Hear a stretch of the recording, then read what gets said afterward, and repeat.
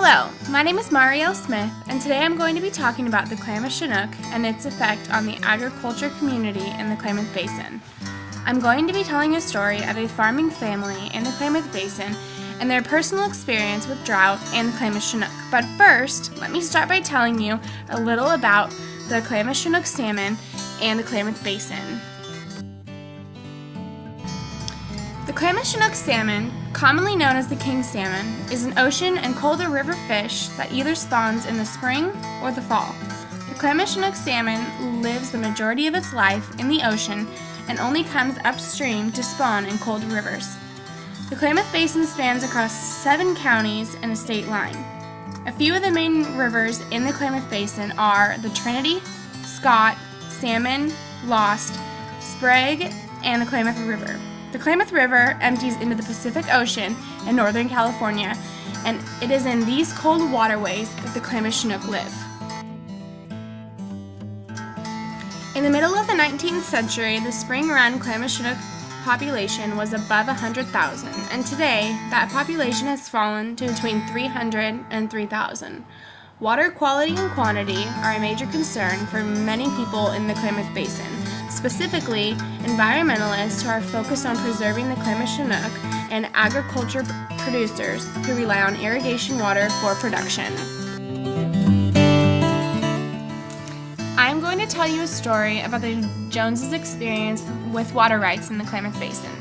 Hello, my name is Annie Jones. I am a third-generation rancher, and I live on a cattle ranch in Chiloquin, Oregon with my family. We have about 500 acres, and we run about 400 cows and grow alfalfa and grain.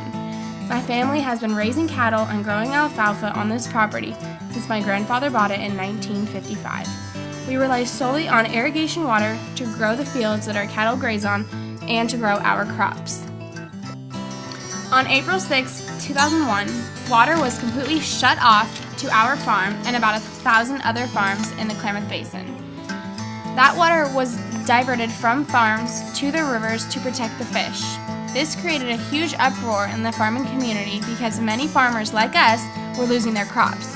We could not afford to pay our bills because our crops were dying, and the little money that we did have was going towards feeding our cattle because they had already eaten down all of the pasture. Many of the farming families in the Klamath Basin, including ours, formed bucket brigades petitioning the restoration of our water supply. We were petitioning to not only the Bureau, but to environmentalists who were petitioning against us. We began picketing day and night at the irrigation headgate and tried to show the U.S. Bureau of Reclamation that without water, we as farmers have no income and we are not able to support our way of life. This ongoing water war led to vandalism, death threats, and turmoil in the Klamath Basin, and it kept getting worse the further we got into summer. Finally, on July 25, 2001, our irrigation water was turned back on, and we could finally breathe a little easier. But none of us really knew how long it would last. Then, just 1 month later, our irrigation water was shut off again. After this final shut-off, a large group of farmers got fed up and went to the government in hopes that the government could buy them out to avoid losing everything. Due to instances like this one, we cannot rely on water from the Klamath Basin, and we can never be too sure about the amount of water that we will be receiving.